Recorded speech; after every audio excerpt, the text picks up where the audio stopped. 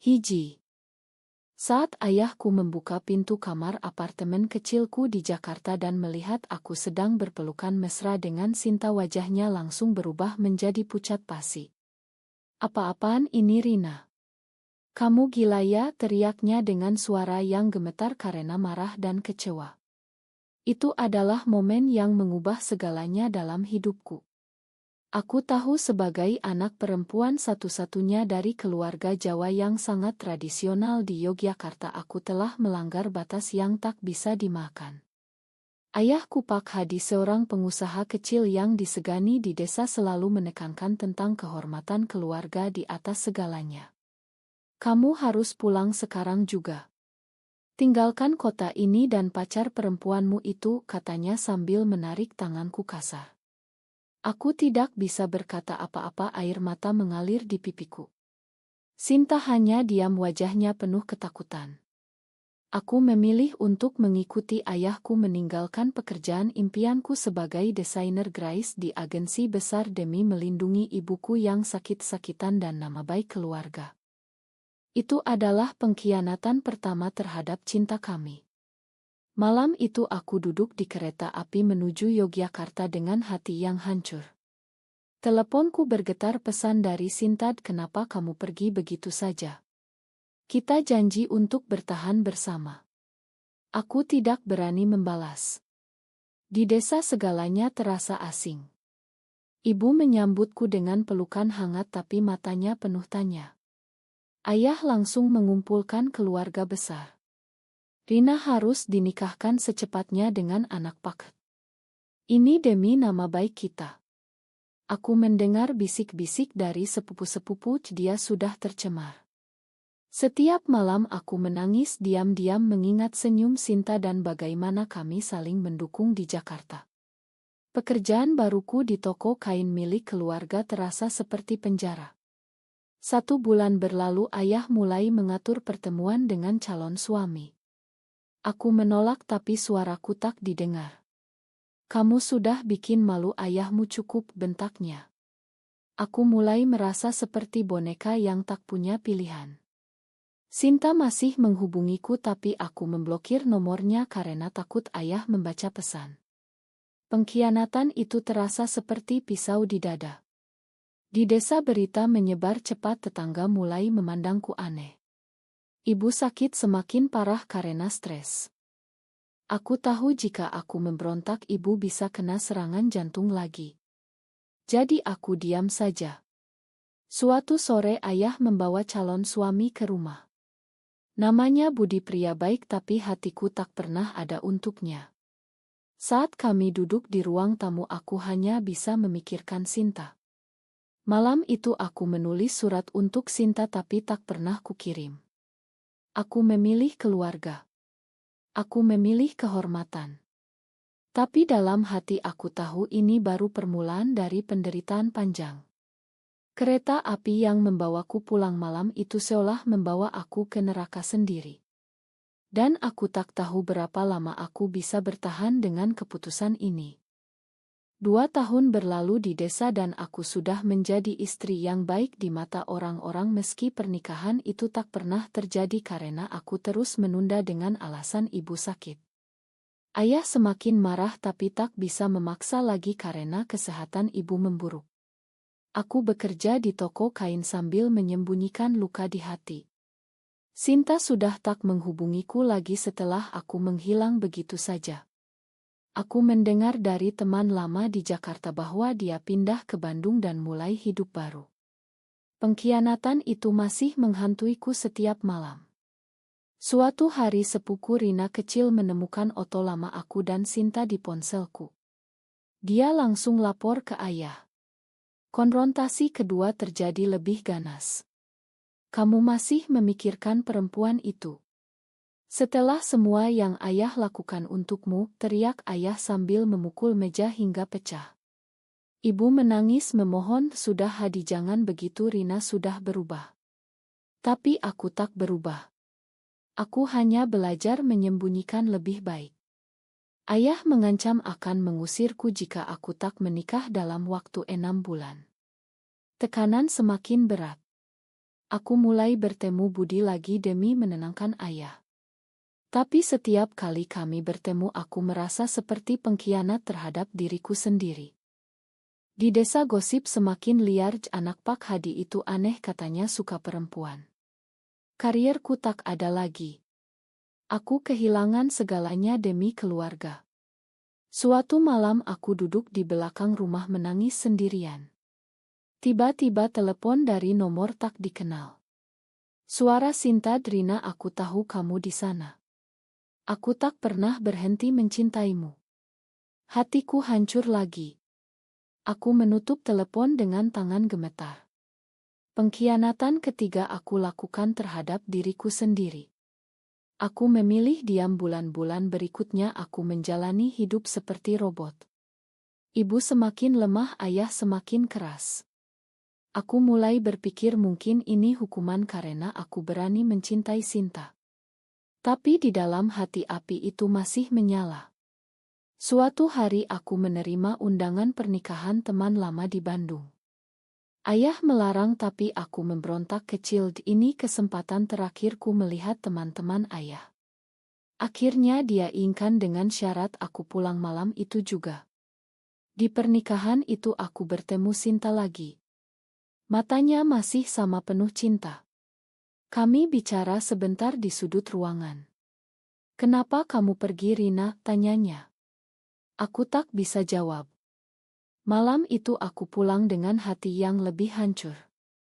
Di kereta aku memutuskan untuk mencari cara agar bisa hidup dengan benar. Tapi aku tahu harga yang harus dibayar akan sangat mahal. Keluarga atau cinta. Dan aku masih terjebak di antara keduanya.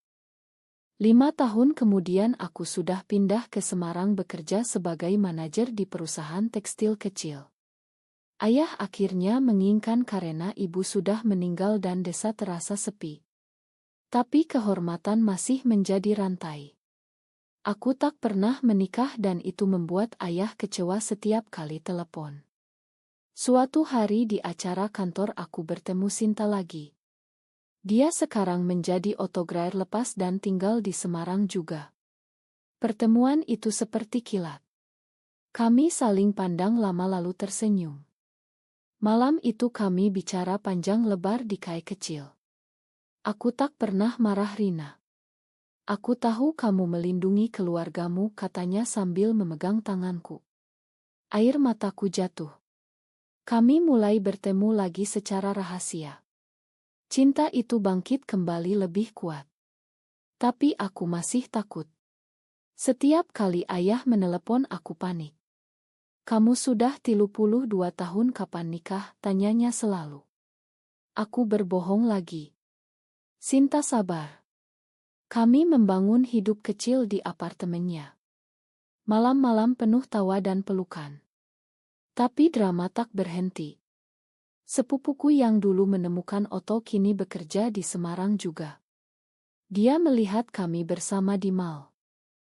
Gosip menyebar ke Yogyakarta. Ayah menelepon marah, "Kamu kembali lagi dengan kebiasaan burukmu." Ayah akan datang ke sana. Konfrontasi ketiga terjadi di apartemenku. Ayah datang dengan kereta pagi, wajahnya merah karena amarah. "Kamu mau bunuh ayah?" Dengan malu ini teriaknya. Sinta berdiri di sampingku, kali ini tak mau mundur. "Pak, kami saling mencintai," katanya tenang. Ayah memukul dinding lalu pergi. Aku kehilangan pekerjaan karena gosip kantor. Karier lagi-lagi hancur. Tapi kali ini aku tak mau mundur. Kami memutuskan untuk hidup bersama meski harus pindah ke kota kecil. Pengorbanan terus berlanjut. Keluarga besar memutus hubungan. Hanya satu saudara sepupu yang masih bicara. Tahun berganti kami semakin kuat. Sinta mengusulkan untuk merayakan ulang tahun pernikahan kami yang ketilu secara pribadi dulu. Aku setuju. Tapi dalam hati aku tahu suatu hari kebenaran harus keluar. Dan ayah akan terlibat lagi. Drama belum selesai. Kami pindah ke kota kecil dekat Semarang dan membuka studio Oto kecil. Hidup tenang tapi selalu ada bayang-bayang.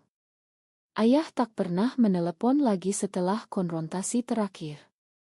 Aku mendengar dari sepupu bahwa dia sakit dan sering mengeluh tentang anak perempuan yang tak tahu malu. Hatiku sakit tapi aku tak berani pulang. Sinta selalu mendukung kita sudah cukup menderita Rina. Sekarang giliran kita bahagia. Kami merencanakan pesta kecil untuk ulang tahun pernikahan kelima. Hanya teman dekat dan 2 orang sepupu yang mendukung. Tapi berita bocor. Seorang tetangga lama dari Yogyakarta melihat postingan di media sosial dan langsung kabari ayah. Telepon datang malam itu juga. Suara ayah lemah karena sakit, Rina ayah sakit parah. Kalau kamu masih anak ayah datanglah pulang. Aku menangis sepanjang malam.